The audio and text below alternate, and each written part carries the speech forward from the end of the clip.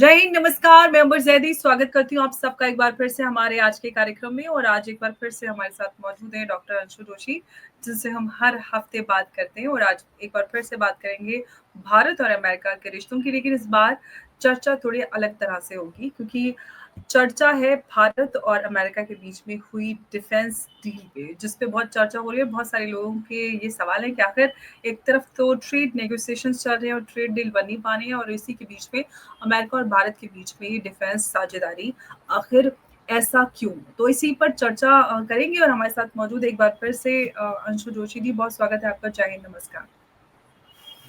अंबर, अपने इस शो पर बुलाने के लिए आपका बहुत बहुत धन्यवाद। सभी दर्शकों को सादर नमस्कार। भारत माता की जय। भारत माता की जय। अंशु जी, क्योंकि हम इस बात को समझते हैं कि भारत और अमेरिका की अगर हम साझेदारी की बात करते हैं तो काफ़ी लंबे समय से काफ़ी पुरानी साझेदारी है। ट्रेड अगर एंड पे बात करते हैं तो भारत और थोड़ी-सी खटपट और नेगोशिएशन चल रही है, लेकिन डिफेंस कॉर्पोरेशन भारत और अमेरिका के बीच में काफ़ी पक्की रही है। कुछ-कुछ चीज़ें ऐसी हैं जहाँ पर हम सवाल उठा सकते हैं, जैसे जी इंजन और उस सब को लेकर। लेकिन जो ये डील हुई है, इसको लेकर एक आम लोगों के अंदर जो सवाल है वो ये है कि एक तरफ ट्रेड और ये नेगोशिएशन और डील बन नहीं पा रही है। प्रेसिडेंट ट्रम्प की छीटाकशी चालू है और उसके बीच में ये सब हो गया। इस पे थोड़ा-सा विस्तार से आप विश्लेषण रखिए, ताकि लोगों को समझ में आए कि ये क्यों हुआ है? निश्चित तौर पर अंबर, ये एक बड़ा भारत और अमेरिका के संबंधों को यदि हम सकारात्मक दिशा की ओर ले जाने में हम उत्सुक हैं, और यदि हम इस पर बात करें तो एक बड़ा माइलस्टोन हम इसको कह सकते हैं, जो भारत और अमेरिका ने अपने 10 साल के डिफेंस फ्रेमवर्क को रिन्यू किया है। पहले तो हम ये समझें, और इसके माध्यम से हमने अमेरिका के साथ जो हमारी स्ट्रेटेजिक पार्टनरशिप का रिश्ता है, जो बायलैटरल रिलेशन से एक कदम आगे का कूटनीतिक रिश्ता होता है, तो रक्षा सहयोग के क्षेत्र में अमेरिका बीते कुछ वर्षों में हमारा एक बहुत बड़ा साझेदार बन के उभरा, और जिस तरह के कॉमन इंटरेस्ट्स दोनों ही देशों के रहे हैं, तो उसको देखते हुए रक्षा के क्षेत्र में और रक्षा संबंधित अनुसंधान और टेक्नोलॉजी के ट्रांसफर के क्षेत्र में अमेरिका हमारा बहुत बड़ा सहयोगी देश बन के उभरा। तो ये अभी कुआलालंपुर में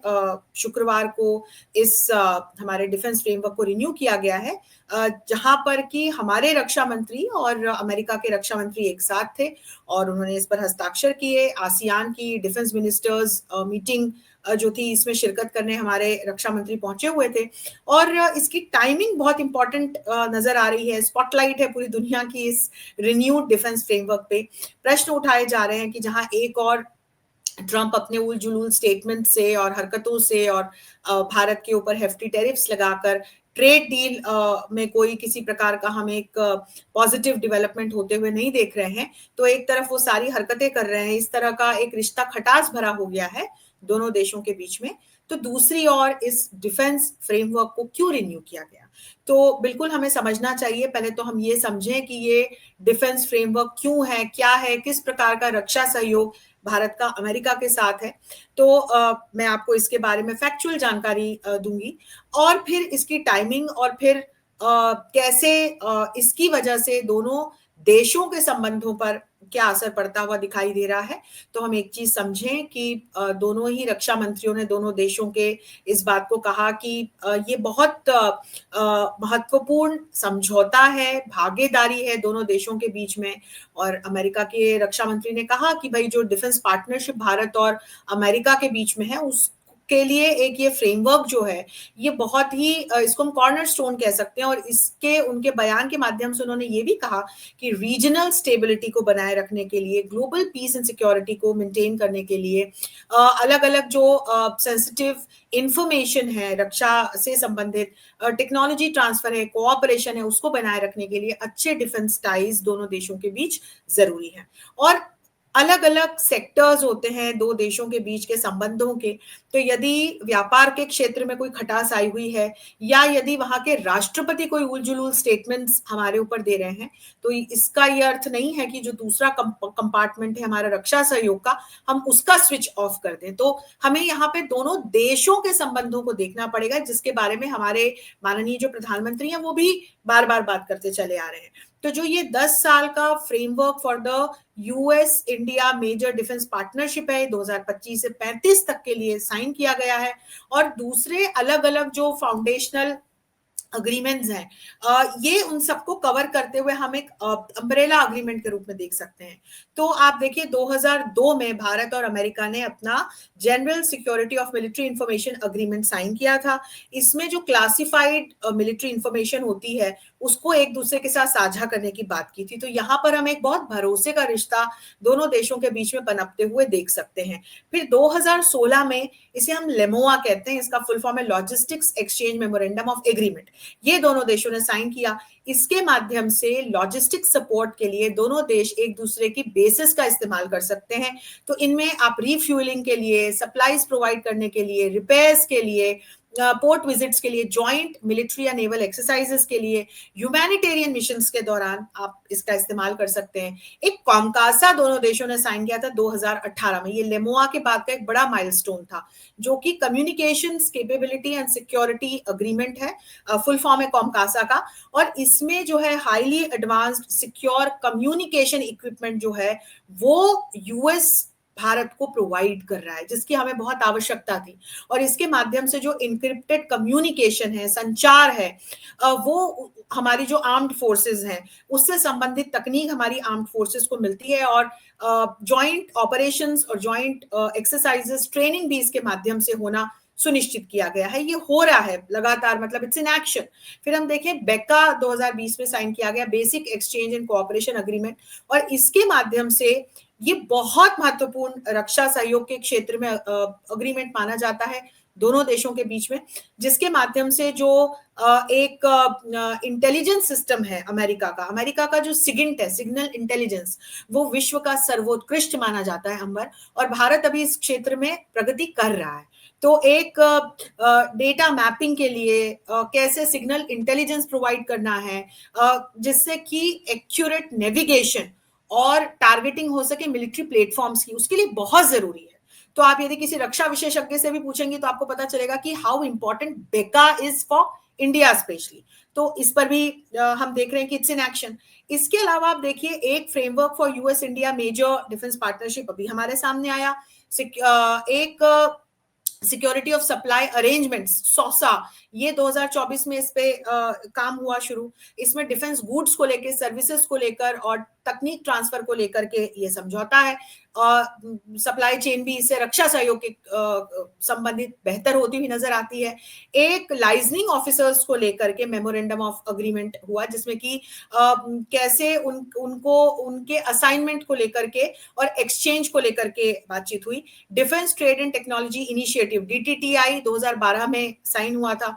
तो इसमें जो अनमैन्ड एरियल लॉन्च्ड व्हीकल्स हैं और को प्रोडक्शन है, जैसे कि ये जो जीईएफ 414 जेट इंजन का भारत में जो प्रोडक्शन का काम हो रहा है, उसमें अमेरिका इसमें अपना सहयोग दे रहा है, तकनीक भी दे रहा है।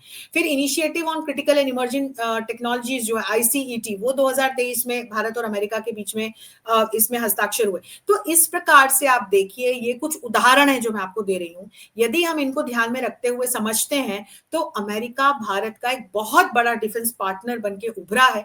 और ये फंडिंग की दृष्टि से, टेक्नोलॉजी की दृष्टि से, इक्विपमेंट की दृष्टि से, को प्रोडक्शन की दृष्टि से अभी हमारे लिए ये एक बहुत महत्वपूर्ण कहीं ना कहीं पार्टनरशिप है।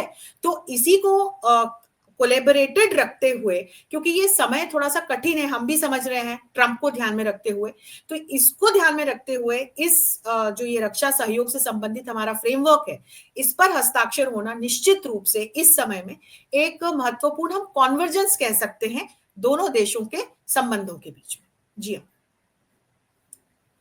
इस पूरी डील को ये कहा जा रहा है कि ये जो है ना, यूएस ने भारत को जो है वो चाबहार पर रिलीफ दिया और बदले में ये डील मिली है।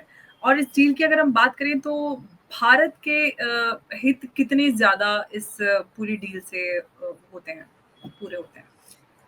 तो ये बहुत अच्छा प्रश्न है। और चाबहार की और यदि हम नजर दौड़ाएं तो वहां पर भी अभी टैरिफ को लेकर के भी मेरे ख्याल से यूएस ने यू टर्न लिया है। और वहाँ तो ईरान के साथ भारत लगातार एंगेज्ड है, और यूएस भी इस बात को बहुत अच्छे से समझता है कि ईरान के साथ जिस प्रकार का रिश्ता अमेरिका का है, उसको ध्यान में रखते हुए वहाँ भारत एक बफर का काम करता है। और यहाँ पर भी भारत की फिर एडवांटेजियस सिचुएशन हम देखते हैं यदि हम डिफेंस पार्टनरशिप की दृष्टि से देखते हैं। तो अब मैं आपको कुछ ऐसे फैक्ट्स ये बताती हूँ अपने दर्शकों को कि हमें इस वक्त यूएस से क्या मिलता है। तो रशिया तो हमारा एक टाइम टेस्टेड बहुत ट्रस्टेड डिफेंस पार्टनर है। फ्रांस और इजराइल भी हमारे टाइम टेस्टेड बहुत ट्रस्टेड डिफेंस पार्टनर्स हैं। पर जब हम अमेरिका की ओर दृष्टि दौड़ाते हैं तो मैंने आपको कुछ अग्रीमेंट्स अभी बताए। इसके अलावा अब हम रक्षा के क्षेत्र में उन इक्विपमेंट और टेक्नोलॉजी पर नजर डालें जो हमें इस वक्त अमेरिका से मिल रहे हैं, हम ले रहे हैं। तो चाहे एयरक्राफ्ट्स की दृष्टि से, बॉम्बर एयरक्राफ्ट्स की दृष्टि से, हेलीकॉप्टर्स, ड्रोन्स जैसे कि C-130J है, C-17 है, P-81 है, MQ-9B ड्रोन्स हैं, ये सब हमें यूएस से मिलते हैं। बहुत क्रिटिकली हाईली एडवांस टेक्नोलॉजी से सुसज्जित ये सारे इक्विपमेंट हैं। फिर आप देखिए कि जो ये GEF 414 जेट इंजन है, इसके जॉइंट प्रोडक्शन में अमेरिका हमारे साथ लगा हुआ है। जो अनमैन्ड एयर लॉन्च्ड व्हीकल्स हैं, इसको लेकर के पार्टनरशिप हमारी फॉर्मलाइज होकर के, और ये जो हमारा 10 साल का फ्रेमवर्क साइन हुआ है, इसके तहत काम चल रहा है। और फिर Indus x defence innovation ecosystem पे दोनों ही देश काम कर रहे हैं, जिसमें को प्रोडक्शन की बात है मेनली। अब यदि आप हेलीकॉप्टर्स और एयरक्राफ्ट्स पे नजर डालें तो फिर आप देखिए कि ट्रांसपोर्ट एयरक्राफ्ट्स आपको C-17 जैसे अमेरिका से ग्लोब मास्टर थर्ड जिसको कहते हैं वो मिलता है।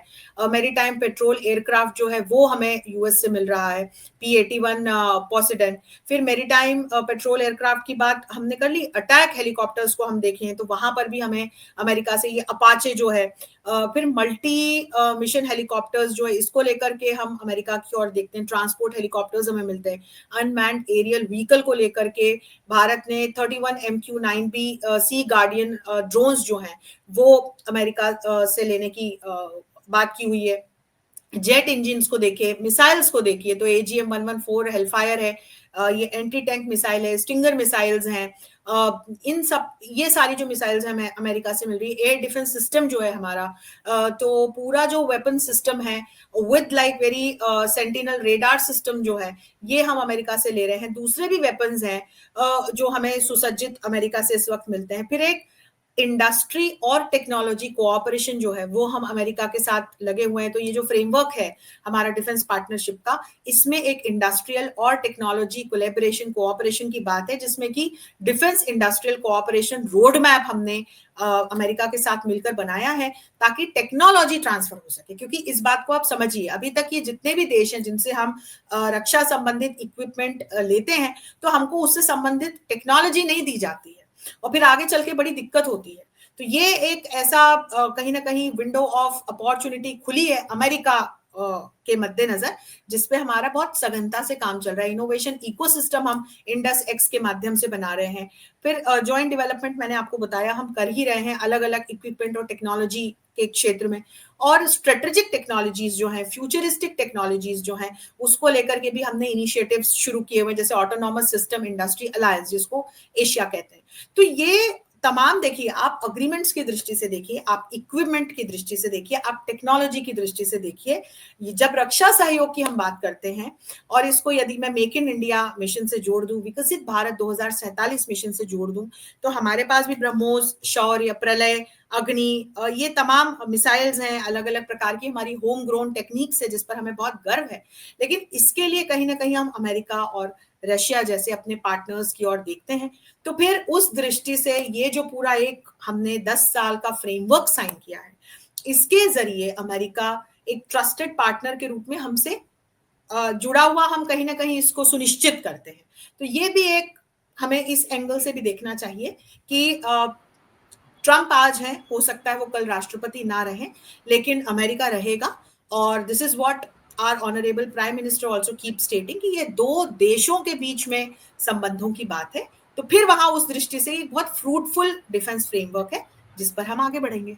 जी जी, बिल्कुल आपने सही कहा। लेकिन अंशु जी, एक और सवाल ये है कि जो प्रधानमंत्री मोदी का का मिशन 2047 है, जिसमें आत्मनिर्भर भारत की बात होती है, और जो इस बार 15 अगस्त के वक्तव्य में प्रधानमंत्री मोदी ने डिफेंस में आत्मनिर्भरता पर काफ़ी फ़ोकस किया था। तो क्या इस डील से उस विज़न को मज़बूती मिलेगी? साथ ही साथ जो हम टेक्नोलॉजी ट्रांसफ़र की बात करते हैं, डिफेंस कॉर्पोरेशन के नाम पर जो टेक्नोलॉजी ट्रांसफ़र और ये सब शेयरिंग होता है, क्या यूएस क्रिटिकल टेक्नोलॉजी ट्रांसफ़र करेगा, या सिर्फ़ एक बायर और वही रिलेशन तक सीमित रहेगा? नहीं, जैसे मैंने आपको बताया कि कुछ ऐसी स्ट्रैटेजिकली इम्पोर्टेंट सिग्निफिकेंट टेक्नोलॉजी है, वो अलग-अलग जो ये तमाम एग्रीमेंट्स भारत ने अमेरिका के साथ बीते 5 साल में या 10 साल में किए हैं, तो उनके माध्यम से टेक्नोलॉजी ट्रांसफ़र का रास्ता खुला है निश्चित तौर पर। और हमारी फ्लैगशिप अभी हम यदि विज़न को देखें तो मेक इन इंडिया तो है ही, विकसित भारत है, और फिर make in India in defence को जब हम देखते हैं, तो सरकार बिल्कुल भारत में आर-एन-डी की, भारत में निर्माण की बात करती है, और डिफेंस इक्विपमेंट के एक्सपोर्ट्स की भी बात करती है। और ये देखना बहुत सुखद है कि एक समय पे भारत ऑल इन ऑल, जब हम रक्षा के क्षेत्र की बात करते हैं, तो एक इम्पोर्टर देश था, लेकिन अब धीरे-धीरे डिफेंस इक्विपमेंट के क्षेत्र में हम एक एक्सपोर्टर देश बन रहे हैं। हमारा जो पूरे होम ग्रोन हमारी टेक्नोलॉजीज़ हैं, उसका लोहा दुनिया मान रही है। और आप देखिए कि यदि आप डिफेंस एक्सपोर्ट्स को देखें, तो विगत 5 से 7 साल में हम कह सकते हैं कि 700% की जंप हुई है। तो जैसे कि यदि आप 2016, 17, 18 में जाएँ, तो 213 बिलियन यूएसडी का एक्सपोर्ट हम कर रहे थे, और फिर उसको आगे चल के देखें तो उसमें कई गुना वृद्धि जो है, अब सरकार जो चाह रही है वो ये है कि हम कैसे 4 से 5 बिलियन यूएसडी का एक्सपोर्ट इसको कर लें। तो इस इनिशिएटिव में हम समझे कि हम जो अपने इंडिजिनस प्रोडक्शन प्रोजेक्ट्स चला रहे हैं, उसमें कहीं न कहीं हमको हमारे इन तमाम रक्षा सहयोगी जो देश हैं, जिन पर हमें विश्वास है, उनके साथ कहीं न कहीं साझेदारी की आवश्यकता हमको दिखाई पड़ती है। और इसमें फिर इंडस्ट्रियल डिफेंस कोलैबोरेशन की भी बात आ जाती है, और इसमें फिर टेक्नोलॉजी की भी बात आ जाती है। तो ये तमाम जब दृष्टि से हम अमेरिका की ओर नज़र डालते हैं, तो विगत वर्षों में जब जब भी हमारे माननीय प्रधानमंत्री ने अमेरिका की यात्रा की, तो हमने देखा कि किस तरह से लगातार अमेरिका ने, चाहे रिसर्च एंड डेवलपमेंट का क्षेत्र हो, को-प्रोडक्शन की बात हो, टेक्नोलॉजी ट्रांसफर की बात हो, तो यहाँ पर हमने देखा, या बहुत संवेदनशील, मैं कहूँगी कि तकनीक, या उनकी जो अपनी होम ग्रोन उनके जो सिस्टम्स थे, जैसे सिग्नल इंटेलिजेंस की ही हम बात ले लें, रियल टाइम सैटेलाइट एक्सेस की हम बात ले लें, तो वो अमेरिका ने भारत को देने की बात की। और तो यहाँ से हम कह सकते हैं कि एक भरोसे का रिश्ता है, जो रक्षा सहयोग के लिए बहुत ज़्यादा इम्पोर्टेंट है। तो इस एक क्षेत्र में और फिर एफडीआई की ओर भी हम नज़र डालें, तो हमें निवेश की भी आवश्यकता है, यदि हमें अपने पर आत्मनिर्भर होना है। तो उस दृष्टि से भी जब हम अमेरिका की ओर दृष्टिपात करते हैं, तो फिर एक महत्वपूर्ण सहयोगी के रूप में हमें नज़र आता है। और इसीलिए फिर ऑल इन ऑल हर तरह से जब हम देखें, तो ये एक वो कन्वर्जेंट एरिया है, जहाँ पर दोनों देश डिस्पाइट ऑफ हैविंग अभी जिस प्रकार के रिश्ते चल रहे हैं, देखिए अमेरिका की तरफ से भी हाथ बढ़ा और हमारी तरफ से भी हाथ बढ़ा। जी। जी, बिल्कुल। अंशु जी, क्वाड, इंडो पैसिफिक और उसके बाद ये डिफेंस डील की अगर हम बात करें, तो क्या ये कह सकते हैं कि भारत अब एक फ्रंट लाइन पार्टनर बनकर आगे बढ़ रहा है? ना कि सिर्फ़ हम एक प्रॉक्सी प्लेयर या फिर कोई ऐसा ग्लोबल चेस बोर्ड पे उस तरह से भारत को नहीं देख सकते। नहीं, बिल्कुल, निश्चित तौर पर आप देखिए, जिस तरह से भारत लगातार रक्षा के क्षेत्र में अपनी कहीं न कहीं एक ताकत का लोहा पूरे विश्व से मनवा रहा है। ऑपरेशन सिंदूर की सफलता को, चमक को, धमक को, भारत के जो होम ग्रोन इक्विपमेंट थे, उनकी गर्जना को पूरे विश्व ने सुना और देखा। और चाहे हिंद प्रशांत क्षेत्र को शांत और इन्फ्लुएंस फ्री और स्टेबल रखने की बात हो, हिंद महासागर क्षेत्र को प्रॉस्परस, इन्फ्लुएंस फ्री, स्टेबल रखने की बात हो, या दूसरे देशों की टेरिटोरियल इंटीग्रिटी का सम्मान करने की बात हो, तो जब हम रक्षा के क्षेत्र में देखते हैं तो हमारे डीआरडीओ के माध्यम से हमारी जो सरफेस रोबोटिक्स लेबोरेटरी है, जिसको हम एसआरएल के नाम से जानते हैं, हमारी सेमीकंडक्टर्स लेबोरेटरी बहुत तेजी से काम कर रही है, सीएसआईआर है हमारा, इसरो है, और अलग अलग जो हमारे ये तमाम ऑर्गेनाइजेशंस हैं, इनके माध्यम से भारत रक्षा के क्षेत्र में अपने इक्विपमेंट और टेक्नोलॉजी को लगातार आगे ले जा रहा है। तो मैंने आपको कहा कि पहले हम ऑल इन ऑल इंपोर्टर देश के रूप में जाने जाते थे, हम तेजी से अपने डिफेंस एक्सपोर्ट को आगे बढ़ा रहे हैं। और इस दृष्टि से यदि हम अपनी थल सेना, जल सेना और वायु सेना की ओर दृष्टि डालें, तो बहुत, मेरे पास नंबर्स में अगर बताने बैठूंगी तो बहुत समय लग जाएगा। बहुत सशक्त हमारी त्रिशक्ति है, और मैंने आपको कुछ नाम भी गिनाए कि जो ब्रह्मोस है, शौर्य, प्रलय, अग्नि, ये जो तमाम मिसाइल्स हैं हमारी, जो ये अलग हमारी जो गांडीव मिसाइल है, जिसको one of the deadliest missiles आज पूरी दुनिया में माना जाता है, तो इसको लेकर के जब हम आगे बढ़ते हैं तो फिर दूसरे देशों को भी समझ में आता है कि भारत ने संकल्प लिया है लगातार आगे बढ़ने का, और अपने रक्षा के क्षेत्र में भी आत्मनिर्भर बनने का। तो हमें फिर जो हमारे सहयोगी देश हैं, चाहे फ्रांस हो, इजराइल हो, रशिया तो है ही, और फिर अमेरिका जैसे देशों से हमें सहयोग मिलता चला जा रहा है। तो क्वाड में भारत अमेरिका के साथ एक बहुत महत्वपूर्ण अपनी एक शिरकत रखता है, अपना एक अपनी प्रेजेंस रखता है। और मैंने कहा कि जैसे जब आप चाबहार की ओर भी जाएं तो वहां ईरान और यूएस को जब हम देखें तो वहां भारत एक बफर के रूप में है। ऐसे जब हम क्वाड में भी जाते हैं तो हम देखते हैं कि भारत क्वाड का मेंबर है, तो दूसरी ओर ब्रिक्स का भी मेंबर है, एससीओ का भी मेंबर है। तो भारत जो ये अलग अलग ऑर्गेनाइजेशंस का सदस्य है, भारत को एक ऐसे बफर देश के रूप में समझा जाता है, जाना जाता है, जो शांति प्रिय है और जिसके माध्यम से विवाद सुलझाए जा सकते हैं। यही कारण है कि देखिए कितना प्रयास किया ट्रंप ने कि रशिया यूक्रेन युद्ध की समाप्ति हो जाए, लेकिन बार बार जो मैसेजेस हैं वो भारत को मिलते हैं, चाहे जेलेंस्की हो चाहे पुतिन हो। तो ये एक जो भरोसा है वो भारत के ऊपर है। तो आप अलग अलग अंतरराष्ट्रीय संगठनों की जब बात करते हैं, उसमें भारत ने बहुत अपना एक मजबूत स्थान बनाया। आप G20 को ले लो, कैसे अपनी अध्यक्षता में अफ्रीकन यूनियन को हमने परमानेंट मेंबरशिप दिलाई, उसका एक फ्लेवर ही चेंज कर दिया, डेमोक्रेटाइज किया हमने। आप एससीओ को ले लो, आप ब्रिक्स को ले लो, आप क्वाड को ले लो, ये तमाम जो अलग अलग संगठन है, आसियान को आप देखिए, किस तरह से भारत की एक बहुत महत्वपूर्ण पार्टनर के रूप में भूमिका आसियान देखता है। तो भारत निश्चित तौर पर लगातार इन तमाम संगठनों के माध्यम से वैश्विक उद्देश्यों को और विश्व शांति के उद्देश्य को लेकर के आगे बढ़ रहा है। जी अमर। आपने अंशु जी चाबहार की बात की, और चाबहार को लेकर लोग बड़े सवाल उठा रहे हैं, क्योंकि चाबहार पे रिलीफ और प्लस स्टील की टाइमिंग। तो क्या ऐसा तो नहीं है कि भारत ने अपनी जो ईरान पॉलिसी है उसके साथ कोई कॉम्प्रोमाइज किया हो और इस सब के चलते? नहीं, मुझे नहीं लगता कि भारत किसी एक लीडर या किसी एक देश के दबाव में आकर के, क्योंकि यदि दबाव में आना होता तो फिर बात ही क्या होती, फिर तो हम ये क्लेम भी एक्सेप्ट कर लेते कि भारत पाकिस्तान के बीच में जो डिसंगेजमेंट हुआ, और भारत ने जो अपने ऑपरेशन सिंदूर को पॉज किया, वो वाकई ट्रंप के कहने पर किया।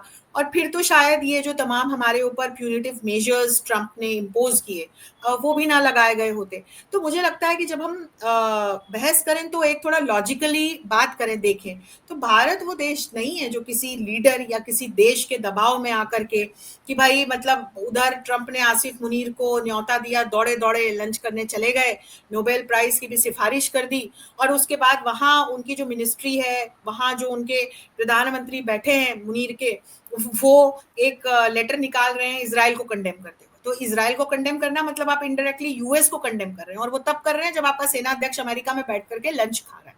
तो भारत उस तरह का देश नहीं है, सीधी सीधी भारत की बात रहती है, और हमारे रक्षा मंत्री हो, विदेश मंत्री हो, प्रधानमंत्री हो, सीधी सीधी बात करते हैं कि भारत अपने नेशनल इंटरेस्ट को फोकस में रखते हुए डिसीजंस लेता है, that is what we have been doing.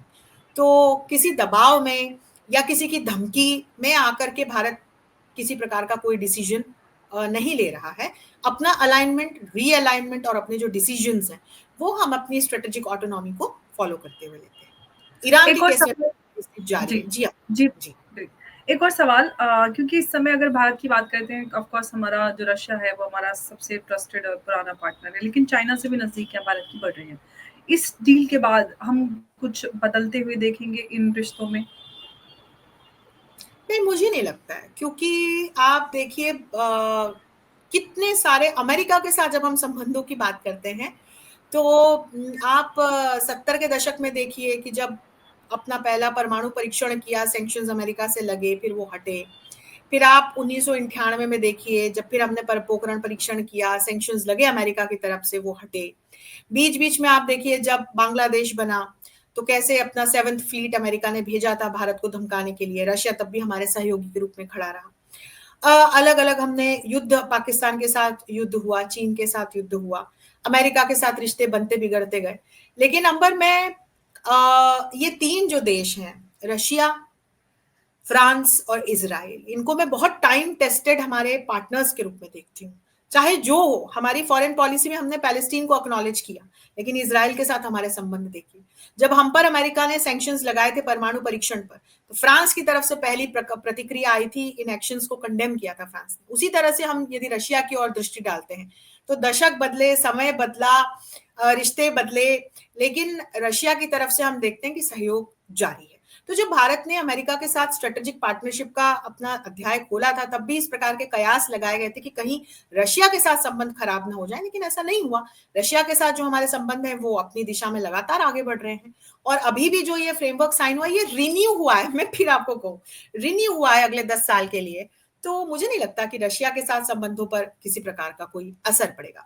चीन के साथ प्रयास यही है कि टेरिटोरियल डिस्प्यूट्स जो हैं, उनका अंत हो, और चीन भी इस बात को समझे कि एशिया से ये 2 शक्तियां हैं, आपस में कॉम्पीट करने की बजाय यदि हम कोलैबोरेट करके आगे बढ़ सकते हैं, तो निश्चित तौर पर फिर न सिर्फ हमारे जो इस पूरे रीजन के लोग हैं, या यहाँ की शांति और सुरक्षा है, और प्रॉस्पेरिटी है।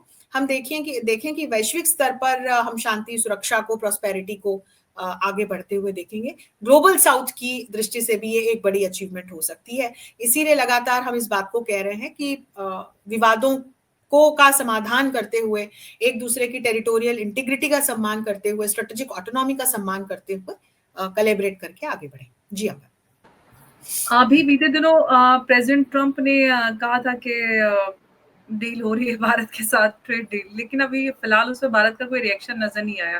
क्या डिफेंस के बाद अब ट्रेड डील का भी समय आ गया, क्योंकि नवंबर भी आ गया। पीयूष गोयल जी जी। ने कहा था कि नवंबर तक हो जाएगी, फिर उसके बाद उन्होंने ये भी कहा था कि गन पॉइंट पे कोई डील नहीं साइन होती है।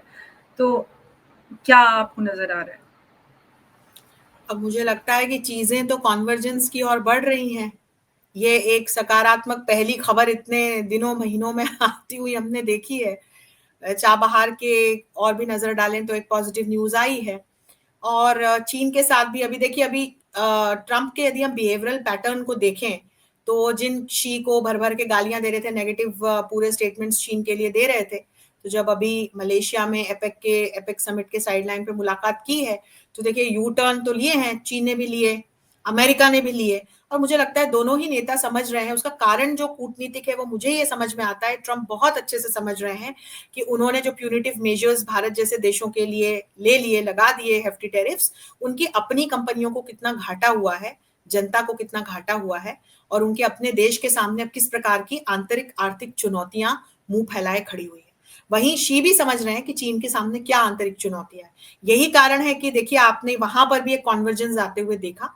मुझे लगता है भारत चीन सॉरी, जब अमेरिका चीन के संबंधों के बारे में कोई मुझसे पूछता है, तो मैं कहती हूँ वो स्विच की तरह है, कभी भी ऑन हो जाता है, कभी भी ऑफ हो जाता है।